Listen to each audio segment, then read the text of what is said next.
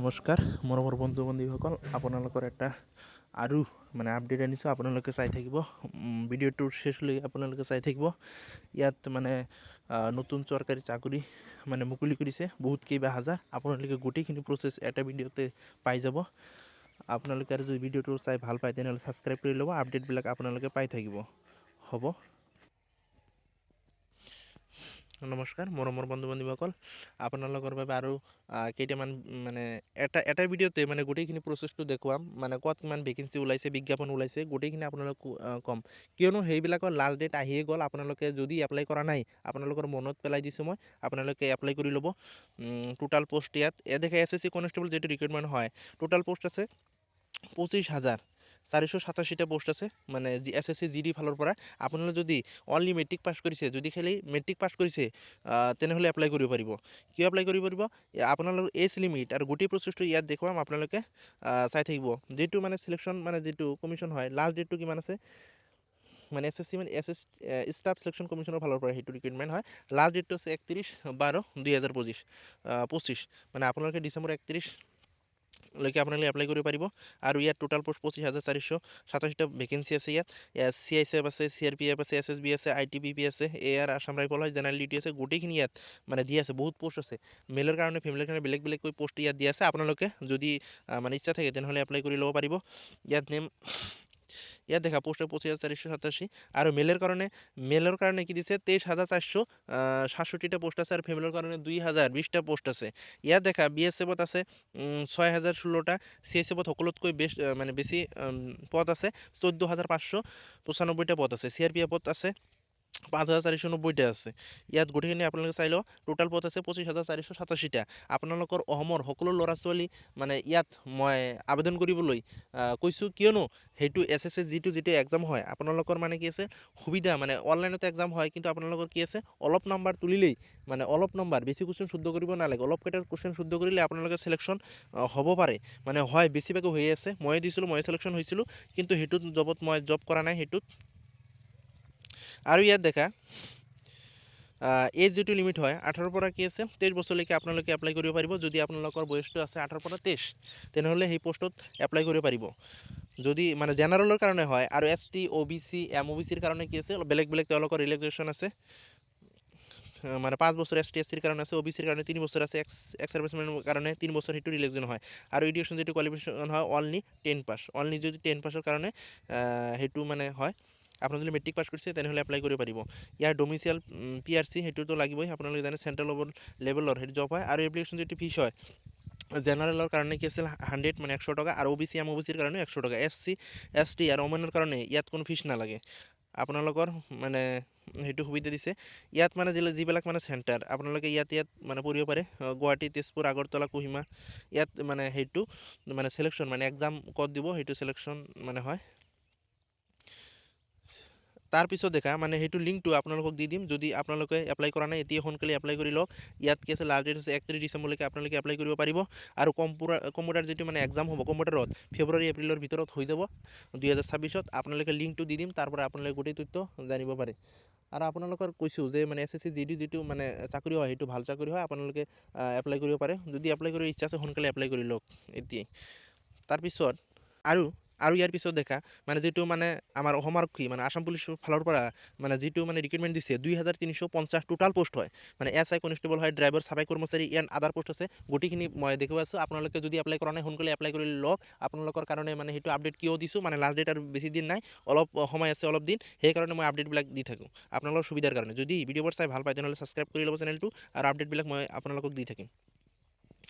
ইয়াত দেখা total post আছে 2,350। ক'ত কিমান পোষ্ট আছে গোটেইখিনি মই দেখি আছোঁ। Name of department Assam police APR আছে, মানে fire and emergency service forest ডিপাৰ্টমেণ্টৰ আছে। ইয়াত গোটেইখিনি কামাণ্ডোত আছে, SA আছে, মানে ক'ত কিমান আছে গোটেইখিনি দেখি আছোঁ। আপোনালোকে চাই থাকিব। আসাম পুলিচ যিটো কনষ্টেবল UBত আছে 1,052টা আছে, 663টা আছে ABত। আৰু ড্ৰাইভাৰ যিটো কনষ্টেবল 127টা আছে, যিটো চাফাই কৰ্মচাৰী হয় আসাম পুলিচৰ 96 আছে, 96টা আছে। SI যিটো হয় UB ইয়াত 48টা আছে। আসাম কামাণ্ডো বেটেলিয়ানছৰ কাৰণে SI যিটো হয় ইয়াত 47টা টোটাল পোষ্ট আছে। আৰু কনষ্টেবল ABত আছে 3টা, চাফাই কৰ্মচাৰীত আছে 3টা, আৰু APRও আছে। কনষ্টেবল যিটো আছে ইয়াত টোটাল কি আছে 20টা আছে। তাৰপিছত কি আছে কনষ্টেবলত আছে 14টা আৰু এছআইত আছে 4টা আছে আৰু ফায়াৰ এণ্ড ইমাৰ্জেঞ্চি যিটো হয় ইয়াত কি আছে 90টা আছে। ষ্টেচন অফিচাৰ 6টা আছে। স্কোৱাড কমাণ্ডাৰ আছে 5টা। চাফাই কৰ্মচাৰীত 5টা আছে। মানে গোটেই চাফাই কৰ্মচাৰীত বহুত পোষ্ট আছে আপোনালোকে জানি। ইয়াত তাৰপিছত দেখা চাফাই কৰ্মচাৰীত ইয়াত 8টা আছে। ড্ৰাইভাৰ কনষ্টেবল ড্ৰাইভাৰত আছে 100। ফৰেষ্ট ডিপাৰ্টমেণ্টৰ যিটো হয় মানে ড্ৰাইভাৰ কনষ্টেবল আছে 7টা আছে আৰু ড্ৰাইভাৰত আছে 106টা আৰু মানে এছিষ্টেণ্ট জেইলৰ আছে চাফাই কৰ্মচাৰী এছিষ্টেণ্ট জেইলৰ আছে 39টা আৰু টোটাল পোষ্ট হৈ গ'ল 3350টা। আপোনালোকে যদি মানে আৰু পে স্কেলটো চাব বিচাৰে আপোনালোকে চাই লওক 14,000 পৰা 70,000 ইয়াত গোটেইখিনি দি আছে আপোনালোকক আৰু লিংকটো আপোনালোকক দি দিম আৰু তাৰ পৰা গৈ আপোনালোকে এপ্লাই কৰি ল'ব পাৰে। আৰু যদি এতিয়া এপ্লাই কৰা নাই সোনকালে এপ্লাই কৰি লওক আৰু বেছি দিন নাই।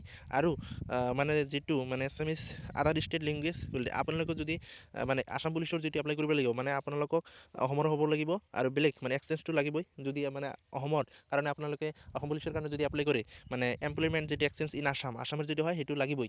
যদি নহয় তেনেহ'লে এপ্লাই কৰিব নোৱাৰিব। এই যিটো লিমিট হয় 1 জানুৱাৰী এজ মেনশ্যন বিলো আপোনালোকে ইয়াত দি দিছে কনষ্টেবল ইউএবিৰ কাৰণে 18 পৰা 25 বছৰলৈকে আপোনালোকে এপ্লাই কৰিব পাৰিব। আৰু ড্ৰাইভাৰ কনষ্টেবল ইয়াত এপি আৰু ড্ৰাইভাৰ ইয়াত গোটেইখিনি ফৰেষ্ট ডিপাৰ্টমেণ্টৰ হয়। ইয়াত কি আছে মানে 18 পৰা 25 বছৰলৈকে ইয়াতো এপ্লাই কৰিব পাৰিব। আপোনালোকে যদি আছে তেনেহ'লে ইয়াত এপ্লাই কৰি লওক সোনকালে এপ্লাই কৰি লওক আৰু বেছি সময় নাই।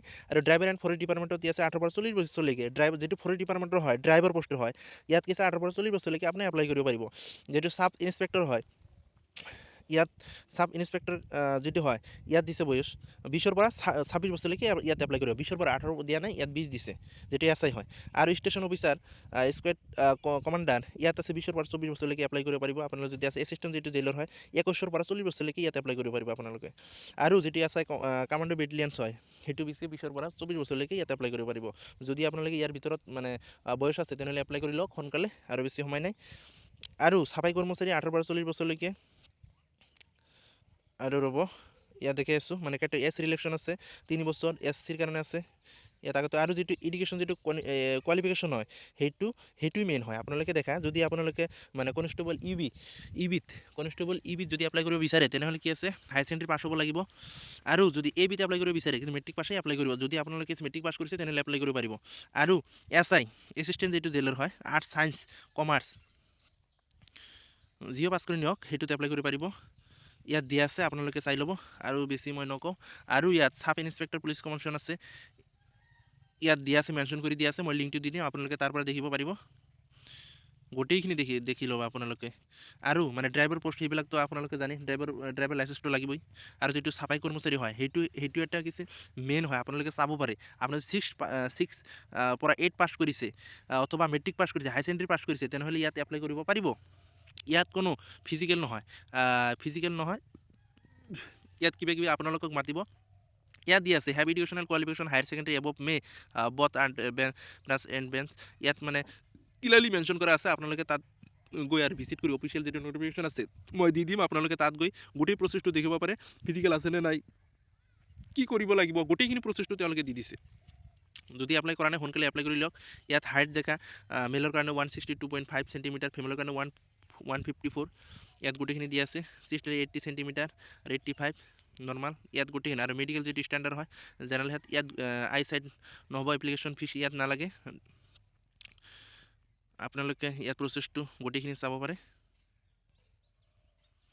ইয়াত কি লাগিব document passport size photograph signature is proof caste certificate যদি থাকে দিবা। আৰু এমপ্লয়মেণ্ট এক্সচেঞ্জটো লাগিব মাৰ্কশ্বিট লাগিব এইচএছ মানে মেট্ৰিকত লাগিব পাছ চাৰ্টিফিকেটটো লাগিব ইয়াত দিব লাগিব। লাষ্ট ডেটটো আছে আৰু এপ্লিকেশ্যন মই লিংকটো আপোনালোকক দি দিম তাৰ পৰা আপোনালোকে চাই ল'ব পাৰিব। ষ্টাৰ্ট ডেট হ'ব 16 ডিচেম্বৰ ষ্টাৰ্ট হৈছে আৰু 16 জানুৱাৰীলৈকে এপ্লাই কৰিব পাৰিব।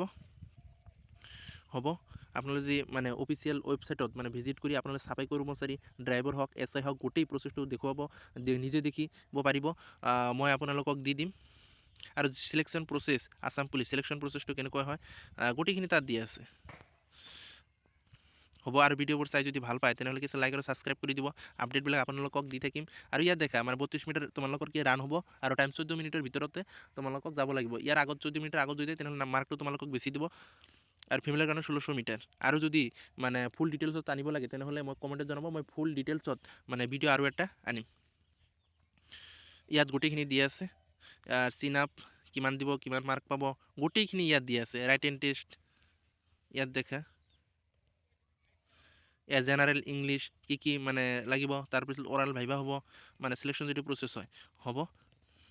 আৰু এটা কি আছে আৰ আৰ বি যিটো মানে ৰেলৱে বিভাগৰ ফালৰ পৰা যিটো ৰিক্ৰুইটমেণ্ট দিছে, ইয়াৰ টোটেল পোষ্ট আছে 312টা পোষ্ট আছে। ইয়াত অনলাইন এপ্লাই কৰিব লাগিব। ইয়াৰ লাষ্ট ডেটটো আছে মানে জানুৱাৰীৰ 29 তাৰিখলৈকে আপোনালোকে এপ্লাই কৰিব পাৰিব। ইয়াত গোটেই প্ৰচেছটো আপোনালোকক দেখুৱাম, আপোনালোকে চাই থাকক, শেষলৈকে আপোনালোকে চাই থাকিব। ইয়াত কি আছে, টোটেল পোষ্ট আছে 312টা পোষ্ট আছে। ইয়াত দেখা নেম অফ পোষ্ট ইছুলেটেড কেটাগৰী হয়। ইয়াত দেখা 300 টোটাল পোষ্ট আছে, 311টা পোষ্ট আছে। ইয়াত আমাৰ কি আছে, গুৱাহাটী আণ্ডাৰত কি আছে, টোটাল 19টা পদ আছে। আৰু ইয়াত পে স্কেলটো লেভেল 2, ইয়াত মানে গোটেই মানে মই কৈ দিম, আপোনালোকে চাই থাকিব। আৰ মানে ৰিলেটেড আৰ্টিকেল, আৰ গ্ৰুপ ডিৰ ফালৰ পৰাই হয়, মানে গ্ৰুপ ডি লেভেলৰ হয় সেইটো জব। ইয়াত দিছে name of post chief law assistant, education যিটো কোৱালিফিকেশ্যন হয় 3 years standing, practice and splendour at bar লাগিব, ইউনিভাৰ্চিটি ডিগ্ৰী লাগিব। আৰু ইয়াত দেখা পাব্লিক প্ৰচেক্টৰ, ইয়াত graduate with bachelor degree in law from recognised university with 5 year standing as advocate পাৰ। আপোনালোকক যদি ল কৰিছে সেইটোত মানে এপ্লাই কৰিব পাৰিব। সেইবিলাক যদি আপোনালোকে মানে ক্ৰাইটেৰিয়াবিলাক মানে আপোনালোকৰ যদি অৰ্হতাবিলাক ইয়াত মেনশ্যন কৰি দিয়া আছে যদি থাকে, তেনেহ'লে এপ্লাই কৰিব পাৰিব। যদি অৰ্হতাবিলাক নাই তেনেহ'লে এপ্লাই কৰিব নোৱাৰিব। ইয়াত second class master degree in psychology থাকিব লাগিব, ছায়েন্সৰ হ'ব লাগিব। ইয়াত মানে জুনিয়ৰ ট্ৰান্সলেটৰ হিন্দী, ইয়াত গোটেইখিনি মেনশ্যন কৰি দি আছে, মই বেছি আৰু নকওঁ, আপোনালোকে চাই লওঁ। আৰু যিটো মানে ইয়াত পোষ্ট নেম আছে, বহুত কেইটা বিভাগৰ মানে ফালৰ পৰা দিছে। ষ্টাফ এণ্ড ৱেলফেয়াৰ ইনস্পেক্টৰ আছে। আৰু দেখাই আছোঁ আপোনালোকক লেব এছিষ্টেণ্ট গ্ৰেড 3 আছে। ইয়াত এণ্ড ট্ৰেইনিং মানে গোটেইখিনি পোষ্ট দি আছে। আৰু যদি এজ ৰিলেকশ্যন হয় 3 বছৰ, 5 বছৰ, 10 বছৰ, 13 আৰু 15 বছৰ, ইয়াতো দিয়ে আছে, আপোনালোকে চাব পাৰে। ইয়াত কেটাগৰী আছে, ইয়াত ফিজ দেখা, আপোনালোকে যদি এপ্লাই কৰিব সেইটোত মানে বিচাৰে, আৰু ৰেল বিভাগৰ যিটো মানে চাকৰি হয়, যিয়ে এপ্লাই নকৰক কিয়, আপোনাৰ যদি জেনেৰেল হয় তেনেহ'লে 500 টকা লাগিব, আৰু SC/ST হয় তেনেহ'লে কি আছিল 250 টকা লাগিব। আৰু ইয়াত এটা কথা, আপোনাৰ যদি পৰীক্ষা দিব যায়, দিয়াৰ পিছত আপোনালোকে আহে, তাৰপিছত কি তোমালোকক ৰিফাণ্ড কৰি দিব টকাটো, 400 টকা ৰিফাণ্ড কৰি দিব। আৰু ইম্পৰ্টেণ্ট লিংকটো আপোনালোকক দি দিম, তাৰ পৰা আপোনালোকে এপ্লাই কৰিব পাৰিব গোটেইখিনি হ'ব। আৰু ভিডিঅ' চাইটো যদি ভাল পায় তেনেহ'লে ছাবস্ক্ৰাইব কৰি ল'ব। কম্পিউটাৰ বেছিক ইয়াত দেখা, আৰু মানে কম্পিউটাৰ মানে কম্পিউটাৰ চিলেকশ্যন যিটো প্ৰচেছ হয়, কম্পিউটাৰ বেছিক টেষ্ট হ'ব, কম্পিউটাৰ বেছ টেষ্ট। ডেট অফ এক্সাম এতিয়াও দিয়া নাই, ডেট অফ এক্সাম অনলাইন। ইয়াত মানে 90 মিনিটছৰ ভিতৰত আপোনালোকে PWD কেণ্ডিডেটৰ কিছুমান 120 আছে, এক্সাম হ'ব 90 মিনিটছত, total question 100, multiple choice question হ'ব। ইয়াত নেগেটিভ মাৰ্ক আছে নাই, ফুল প্ৰচেছটো আপোনালোকক ন'টিফিকেশ্যন মই দি দিম, আপোনালোকে তাৰ পৰা চাব পাৰে হ'ব।